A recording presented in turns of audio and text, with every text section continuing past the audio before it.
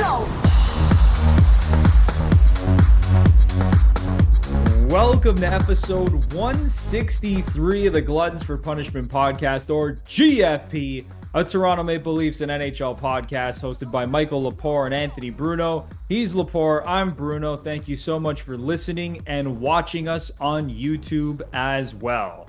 The NHL trade deadline has come and gone, and we have a lot of thoughts on where the Leafs stand post-trade deadline after picking up Scott Laughton and Brandon Carlo. So I promise you want to stay tuned until the very end because we are going to break down how the Leafs look post-trade deadline. We're going to talk about the Mitch Marner contract situation, and then we're going to go around the league and talk about some of the top contenders in the Eastern Conference and the Western Conference.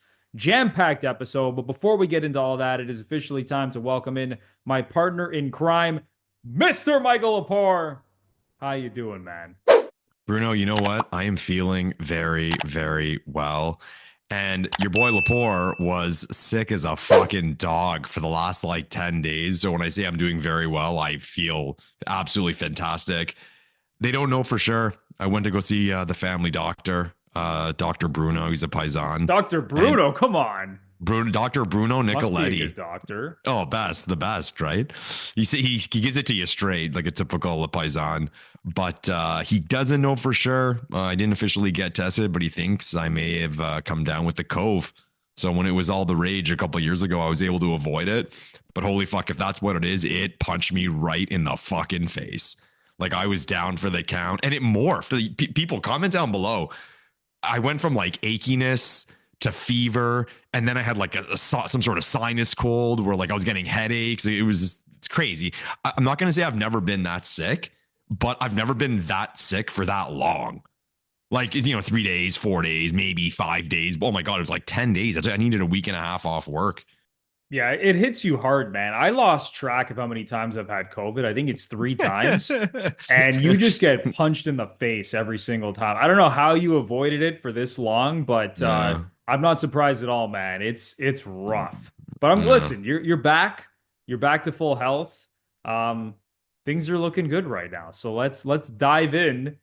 Let's dive into the hockey. Yeah. All right. We're going to start things off with how the Leafs look post-trade deadline. So we are recording this on Monday, March 10th, before the Leafs take on Utah later tonight. So by the time this goes up, it'll probably go up after the Utah game. But right now, the Leafs are riding a 3-game losing streak. So going back to the trade deadline stuff, they picked up Scott Laughton from the Flyers, Brandon Carlo from the Bruins. Not significant upgrades, but they addressed a couple areas of need. I have some strong opinions in terms of where the Leafs stand right now, and I'll get into that. But first, I want to get your take on how you think the Leafs came out of this trade deadline. I like the additions because, on the ice, the Leafs got better. Full stop. They added defensive depth. They added center depth in Laughton, and nothing came out of their lineup. So black and white, the team got better. I also like the fact that both players have term. Carlo's got 2 years left after this. Laughton's got 1. So that's nice. And there was some retention involved in there as well. What they gave up, they gave up a lot. This team did give up a lot to get these 2 pieces. And again, they have term, but fuck it. We got to make a run here. This fan base and organization is starving for a run. So pull out all the stops. And somebody posted the Lightning. I think it was the last 10 or 12 years. They've made 2 first-round picks.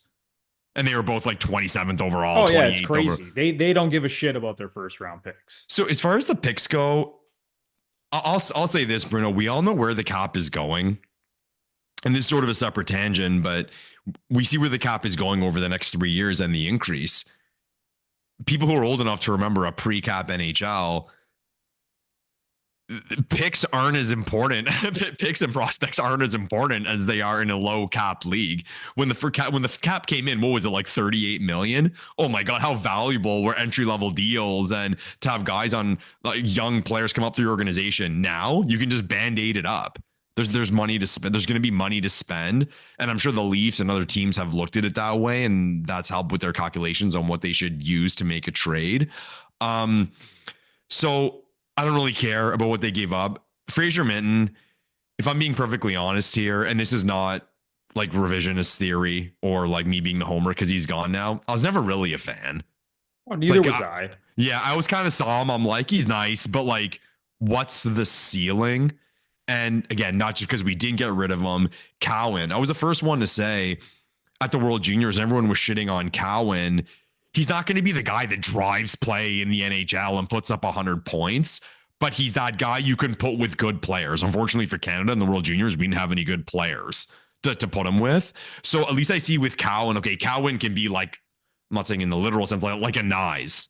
Okay. That was the one guy I was thinking about. Not obviously not as physically imposing as Nyes, but he could be like that secondary guy on your top line outside of your star players. So like I didn't want to see Cowan go, but Min, like I had absolutely no issues with it. As far as the players go themselves, I mean, Carlo's a big body that blocks shots, and that's clearly where Tree is, Tree that's where Tree wants to go with this D. And you look at the D, right?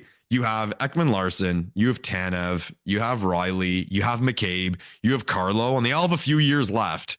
So that's nice. Like, yeah, the D's locked in for the foreseeable future here. There's some age there, and that makes me a little nervous. But again, we're trying to win now, so fuck it.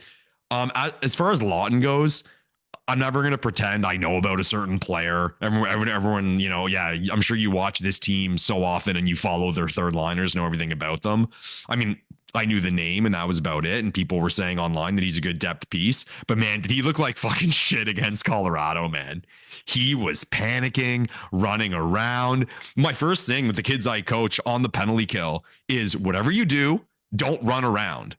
There's such thing as too much movement. There's certain players like Mitch Marner who can pull it off and be calculated in where he goes on the ice. But when you see guys moving their feet too much, it's out of control and it's dangerous. That goal McKinnon scored, it's like he took away the pass to the point as opposed to taking away the lane to the net. It's like, yeah, no, McKinnon driving to the net, Scott, is a lot more dangerous than him being able to dish it to the point. But again, I'm not going to judge him off one game, but it wasn't a good first impression. I love you putting your coaching hat on, eh? The Lepore coaching hat. Love when that comes on. Oh, fuck. Love it, bud. Love it. But no, listen, those are some interesting takes. I was not overly impressed, honestly, with either of the moves that they made. I'm not saying that they were bad moves. Like I said off the top, like they addressed needs. They picked up a third line center, which they desperately needed. They picked up another defenseman, which I wouldn't say they desperately needed. Like, in my opinion, I think they need like an offensive defenseman and not a guy that's just 100% offense, but a guy that can chip in a little bit more offensively and move the puck. Like, Carlo's nice. He's 6'5" every time he steps on the ice. Sorry, I cracked myself up just saying that. It just reminds me of like the Babcock days and like all these hockey men who just absolutely love these guys that are huge and have long sticks. Yeah. And Brandon Carlo fits the bill. 6'5". Every time he steps on the ice, he's going to block shots. He's going to play nasty. We've seen so much of him in these Leafs Bruins series over the years.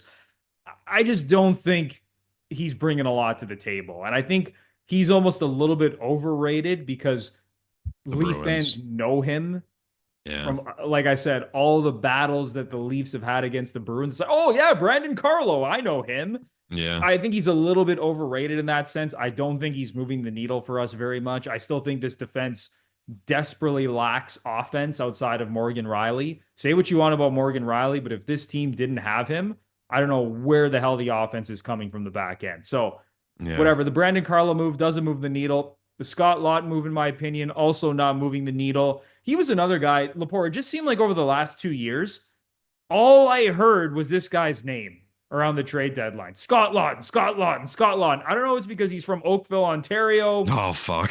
If it's because he played, he Captain Canada at the World Juniors. Like, I don't know what it is about this guy and why people were so obsessed with him.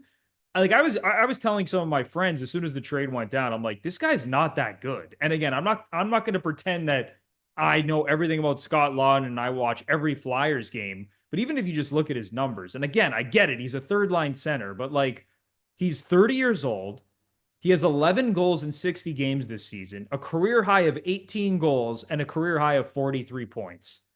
Like, that's not a guy who's going to move the needle. So that's where I'm at here, considering what they gave up. And again, it's not like they gave up anything more than other teams around the league gave up for the pieces that they acquired at the deadline. But I would have wished that they made a splash for like a Brock Nelson. I know they were in it on Mikko Rantanen, and we'll get into that. But I would have liked a little bit more of an impact player, especially offensively, because I still think this team is going to have trouble generating offense in the playoffs. And I don't think Scott Laughton and Brandon Carlo are really helping. And again, not that they were terrible moves, and it's not like the team is worse because of these moves, but I just don't think either of these guys is moving the needle. And I would have liked to see the Leafs maybe do a little bit more, bring in a little bit more offense.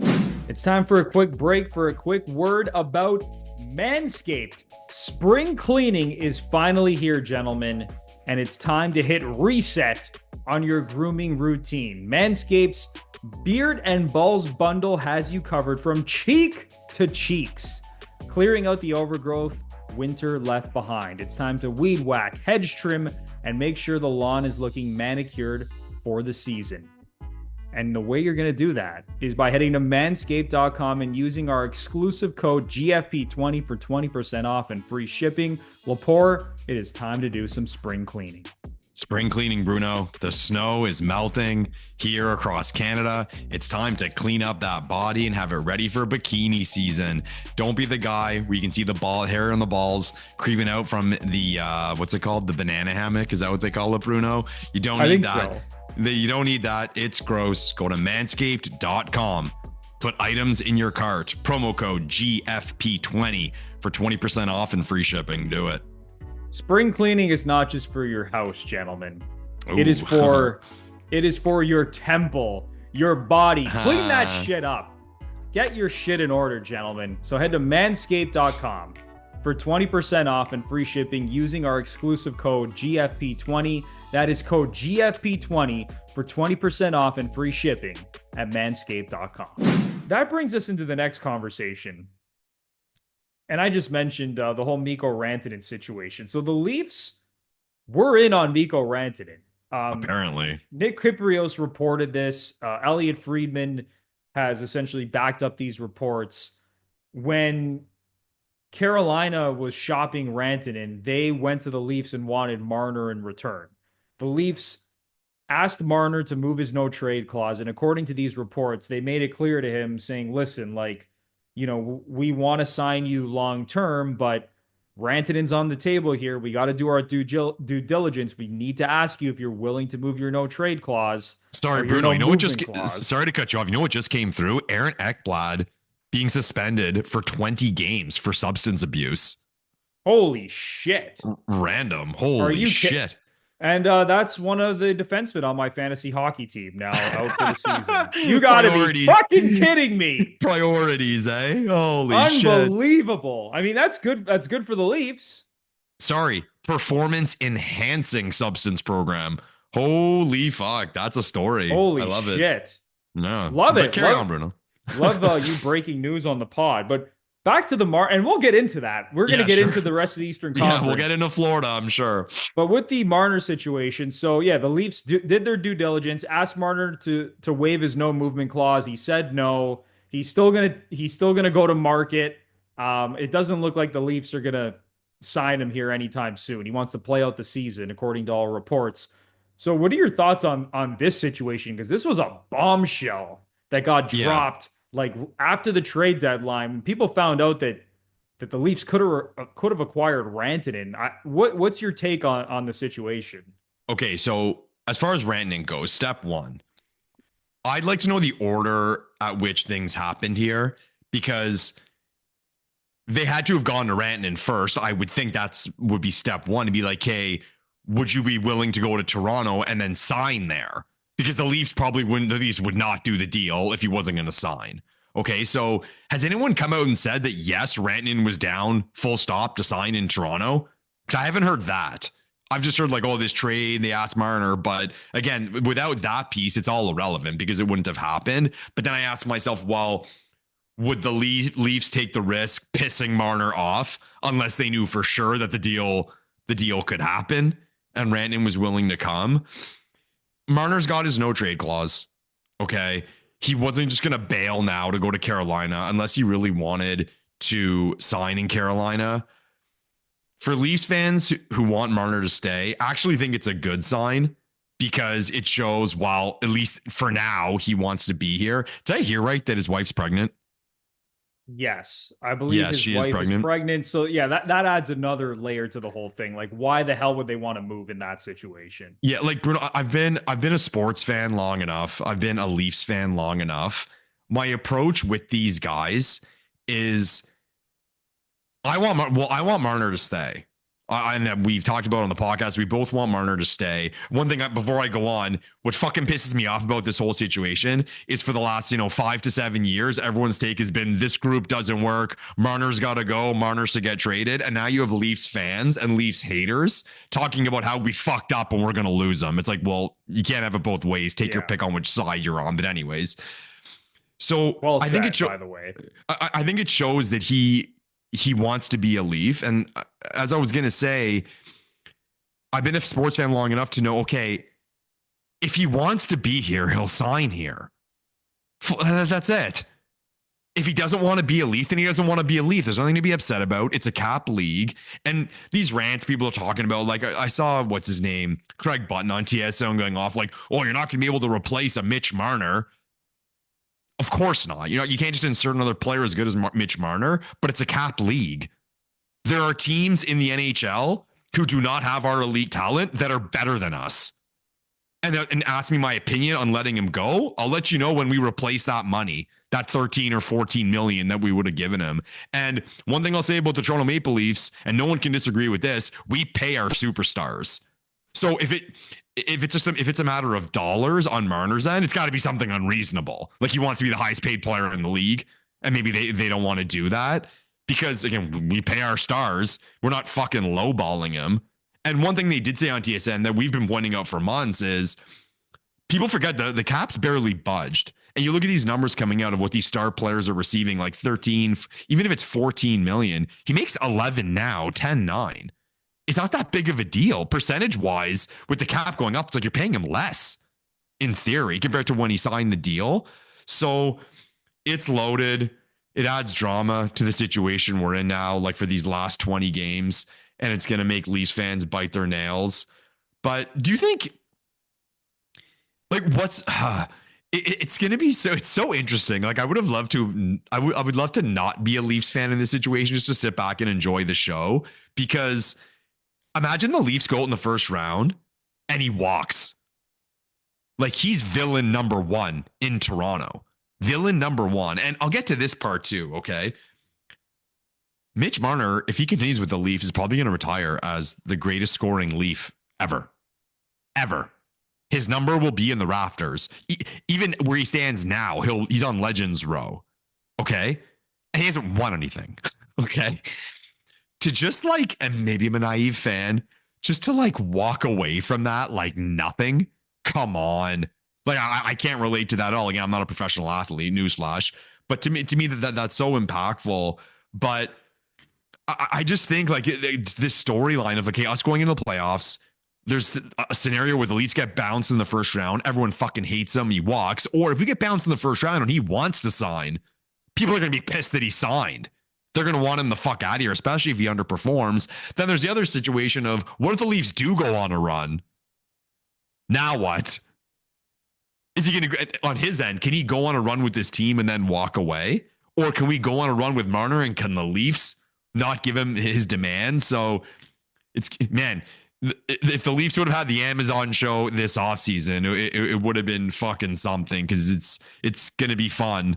And I say that with a cringe as a Leaf fan, but I want Marner to stay. I think him not wanting to go to Carolina, because Carolina, like, to be fair, that's a good team with a good coach. If you're going to leave Toronto, where are you going to go? It's going to be a Western team, or it's going to be a team where there's no pressure. Like I have Canadians friends. Oh, we have Caps. He's like, he's not going Or to just go Montreal. to one of the Florida teams. It seems like Oh everyone's just fuck. going there. Yeah, we'll get to that in a second too. But anyways, it's a circus. It's Leafland. But yeah, I don't have a prediction. It's not too often that I have like zero prediction. I can see every situation playing out, possible, but I don't know what to say, Bruno. You tell me what's gonna happen, because like I said, I got no fucking clue. I'll tell you exactly what's going to happen. So, Here first we of go. all, thank you for calling out all the hypocrites who were trying to run Marner out of town. And now they're like, oh my God, Marner's fucking us over. Is he going to leave? And this, it's like everyone in Leafs Nation was running this guy out of town, basically, except you and I and some close friends of mine who I know are big Mitch Marner fans. Everyone else running Marner out of town. Now everyone, those same people are all scared shitless about this whole situation. And oh my God, they're going to lose him. Why? Because you watched him in the Four Nations. You watched him score the OT winner against Sweden and set up the tournament winning goal for Connor McDavid. Like, get the hell out of here. Mitch Marner has always been a fantastic player. He's always made this team better. If we lose him, it's going to suck. In saying that, I love that the Leafs were poking around on Rantanen because Yeah. Rantanen's like the one guy. It's like, okay, if you're gonna make a swap 1-for-1, that makes a ton of sense. 6'4", 220 pounds, 50-goal scorer, playoff performer, Stanley Cup champion. He checks every single box. Like if I had to choose between Mikko Rantanen and Mitch Marner, I'm not gonna lie, I'd probably want Mikko Rantanen on my team over Mitch Marner. If you Okay. just go down the board and you go and you compare them across all those categories that I just mentioned, right? The only thing I would say Marner's probably better than Rantanen at is his playmaking ability. Like Mitch Marner's one of the best playmakers in the sport. So I love that they were poking around. I love that they did their due diligence on that. They had to. Like the Leafs are in a position where they don't know what this guy is going to do. They might have a good idea of what he's going to do, but based on the situation they're in now, they have no choice but to poke around and try to make deals for Mikko Rantanen. In saying that, I know exactly how this is going to play out. I think no matter what happens here, the Leafs are going to re-sign this guy. Ew. I just find it very difficult to believe that he wants to go play somewhere else. Now, if this thing ends terribly and the Leafs get swept in the first round, maybe things change. But even if the Leafs go out in the first round, I think they're going to look across the league and say, we're a better team with this guy in the lineup. And, you know, you can call me an idiot if the Leafs get dummied in the first round against one of the Florida teams. But I think they're going to re sign him. It's probably going to be an 8-year deal.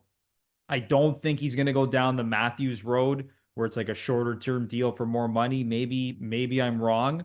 I think he's going to sign an 8-year deal with the Leafs, probably around the same amount that, you know what, I'm saying around the same amount as Rantanen, but because Rantanen's in there's no state income tax in Dallas and I don't know, in Texas, and maybe, you know, Marner's going to want over 13.5 or something like that. I just think the Leafs are going to find a way to get this done. But you made a good point, Lepore, in saying that, you know, with the rising cap, there's been some teams that are ahead of the curve on this. Like Vegas, if you look at their current roster, they barely have anyone left who like they originally took in that expansion draft. Oh Like yeah. they don't give a fuck about the draft. They don't care about guys that were originally on the team. They're just constantly making moves to try to improve. Tampa doesn't give a shit about first round picks. Even Florida, I saw a list last year. Yep. Florida didn't draft any of their Florida Panthers are players. the exact same. They do not give a shit about their draft picks. And, you know, I mean, obviously they still have guys like Barkov who they drafted, but like Ekblad. Ekblad, who's now suspended for 20 games for PEDs. God damn it, Aaron Ekblad. You're killing me. He's pumping iron. But yeah, I mean, so those teams I think have been ahead of the curve on this. And again, even going back to the Leafs with the trade deadline, I think like you got to be a little bit more aggressive, man. Like you're in this win now mode. Matthews in year 9, Marner in year 9, Nylander in year 9. Like these guys aren't getting any younger here. Like it's time to just go for it. It's time to make some splashes. So um I think he's going to resign. Just to kind of tie this all back to my original point. It's going to be maybe a little bit painful for people to watch this play out, and people might be scared that he's going to leave. And oh my God, who are they going to replace him with? I think Marner will come back to the Leafs, and they'll find a way to get it done. All right. Yeah. Mm. Um, I want to move on to the next topic here because we don't have a ton of time left. But Eastern Conference, how do you Hmm. think things stand right now? Because Lepore, I'll start things out real quickly and just tell you I have, as of right now, three teams who I think are ahead of the Leafs. Like I Okay. would say these three teams are all better than the Leafs right now. And maybe Can I one guess you'll them? disagree with, but I think in the East, the Panthers are better than the Leafs. I think the Lightning are better than the Leafs. And then I actually think the Capitals are better than the Leafs. And it gets to the point where it's like, okay, I get the Capitals over the last few years haven't been that good, but it's hard to deny a team that scores that many goals and has been that good defensively. Like it's hard to Mm. just say, well, this team they haven't done anything in the playoffs recently, so I can't really trust them. I as of right now I have them ahead of the Leafs. So I essentially have the Leafs like fourth as who I think they're like the fourth best team in the conference, kind of in the same bucket as Carolina. Where do you see it right now? It's tough. It's tough to put anyone in my mind anyway above Florida because number one, they have the belt. They've shown they can do it. They've been in the Stanley Cup final the last two seasons. And I mean, they added at the deadline. And like Brad Marchand, oh my God, like talk about a fucking slap in the Unreal. face to the rest of the conference. Um, Tampa's got the pedergree. They know how to win. I probably would have said the same thing, Bruno. I would have put those teams ahead. I think the East goes through Florida, but I have this weird feeling, man. I don't think the Leafs are going to win the division. I don't know. I don't know. It's a matter of me thinking they don't care enough, or just they're not going to be the team to go on that run at the end. Again, based on what Tampa and Florida have done. But there's this weird thing in me that wants to play one of them in the first round. And like, I'll be shocked if it's Tampa. I'll be shocked if Tampa catches Florida. So I don't know, man. If someone told you we were going to play Tampa in the first round, I wouldn't necessarily fucking hate it.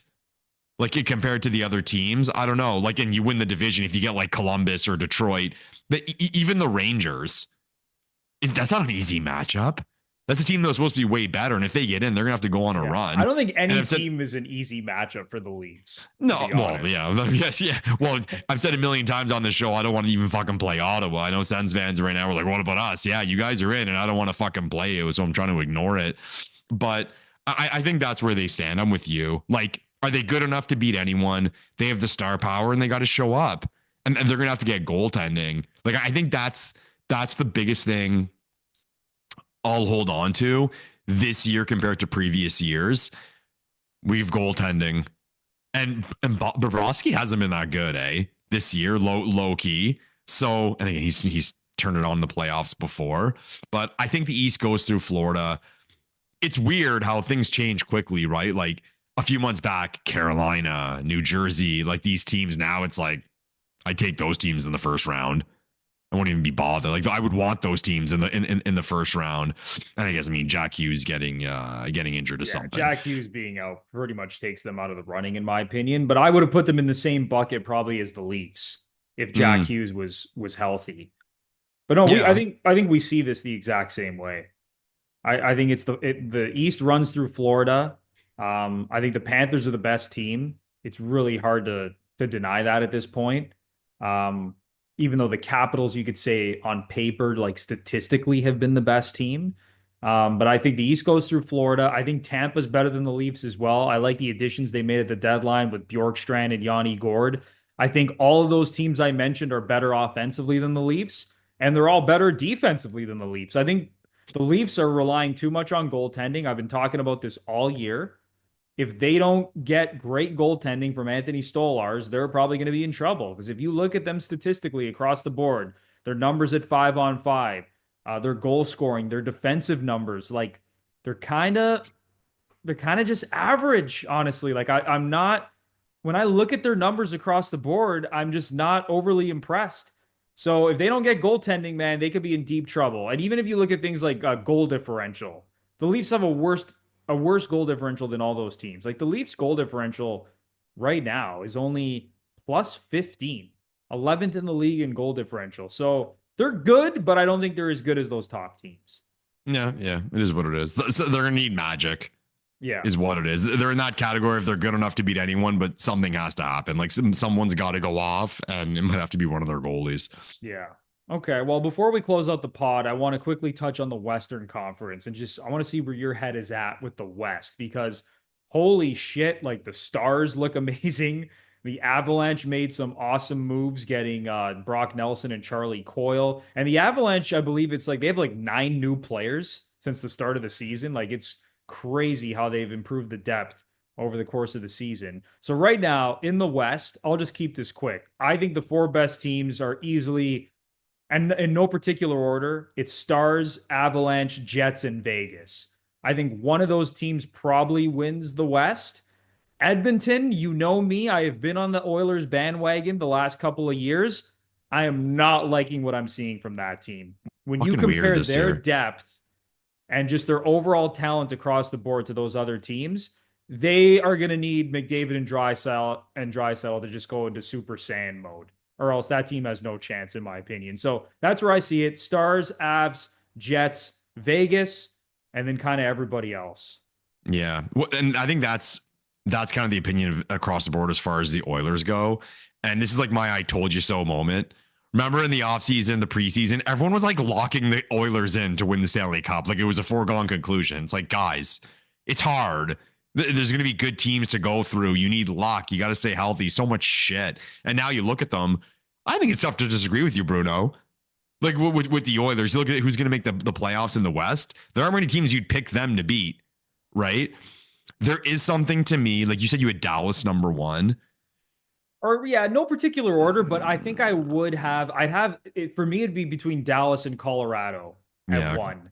yeah. I think I'm gonna lay the bet on McKinnon to win the Conn Smythe even before the Oh playoffs start. wow, man, Yeah. Colorado, like they look in that Leaf game. Okay, the Leafs Oh got my god. absolutely taken to town in that game, even though they were up for most of the game.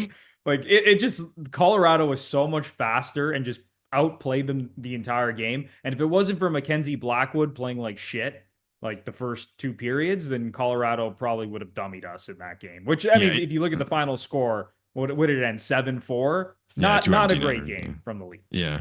It's not too often that you blow a multi-goal lead and you're not really bothered because you got outplayed so bad. Like fuck, it was like Colorado was on the power play the whole game. It felt like, but to me, it's Colorado. Okay, you have them one. I have them one. I just watching them and it's how fast they play. McKinnon's possessed. Looks like he's gonna get the Art Ross. Man, who would have thought? You mentioned hockey pools before. The one I'm part of, but you're you're part of it too, Bruno. We're both The in big the same mistake. pool. Yeah, the big mistake everyone made was picking McDavid in that first box. Like, oh yeah, you pick McDavid. Those few people who picked McKinnon, they're the ones at the top. But I think McKinnon has like hit another echelon of player, and he was already a super elite player. And he's just possessed. And one of those weird things, I'm like, is he going to go his career and not get a Conn Smythe?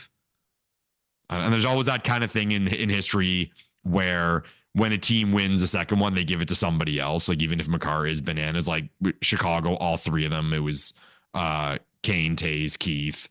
And we've seen it before, like Joe Sakic and then Patrick Waugh with Colorado, different teams.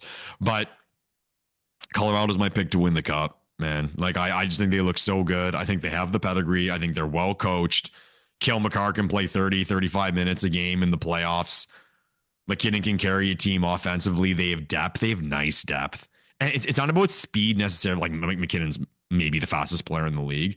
But it's like you said, it's not necessarily about foot speed.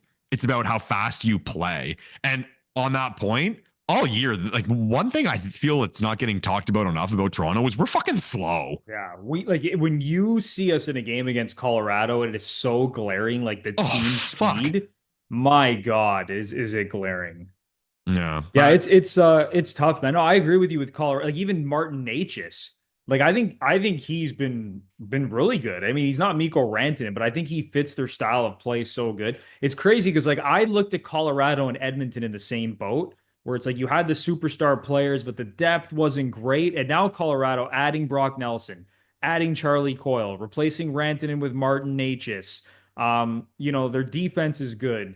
They got Mackenzie Blackwood in net to solidify their goaltending, even though he played like shit against the Leafs. But man, that team That team is dangerous, man. I don't know if I have them ahead of Dallas, but they are right up there with the Stars, in my opinion.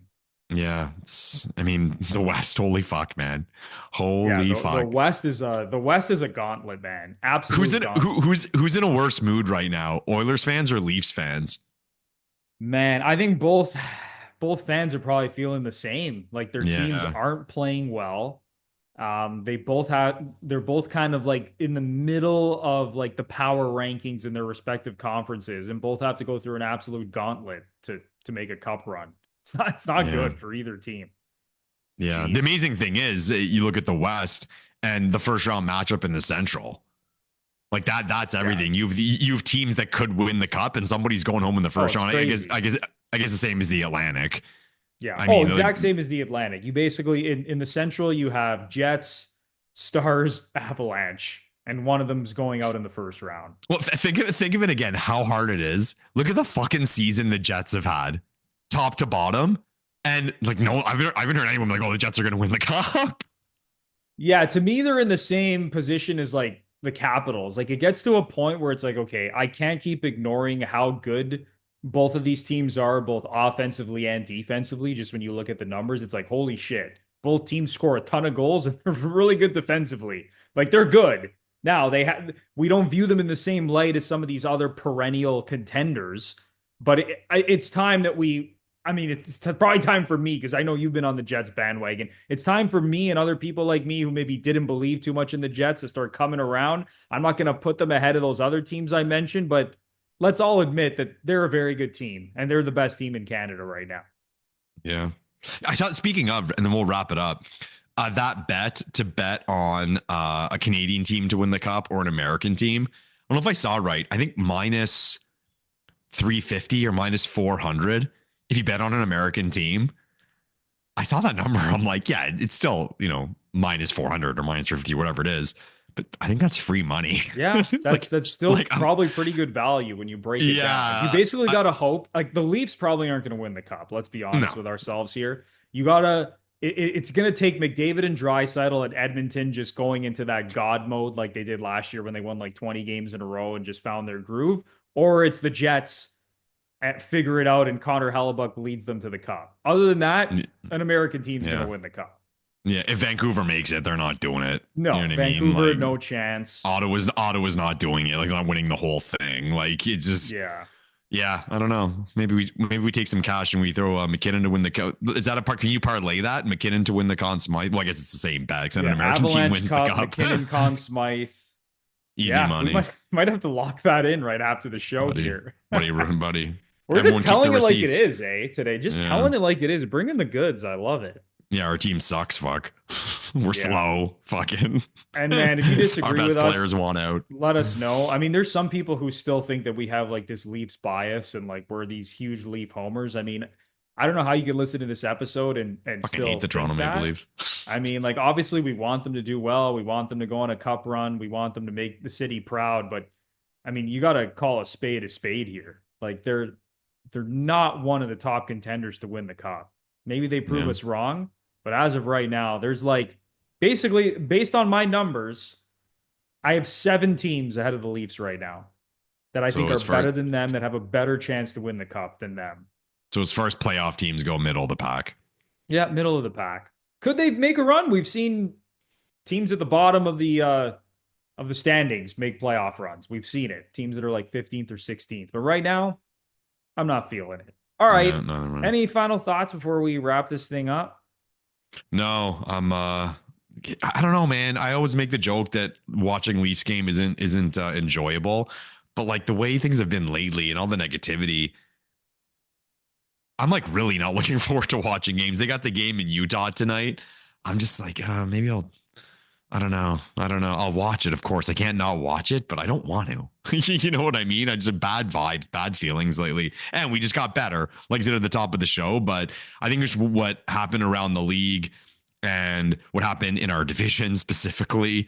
And this shit about Marner, it's just like there's a dark cloud over the Toronto Maple Leafs right now. It doesn't feel good. And maybe that's what we need to kick these guys in the fucking ass. I don't know, but I don't know. I am not feeling the blue jersey right now. Yeah, at the time of recording, the Leafs are on a 3-game losing streak. My final thoughts, can Austin Matthews, for the love of God, just start scoring some goals?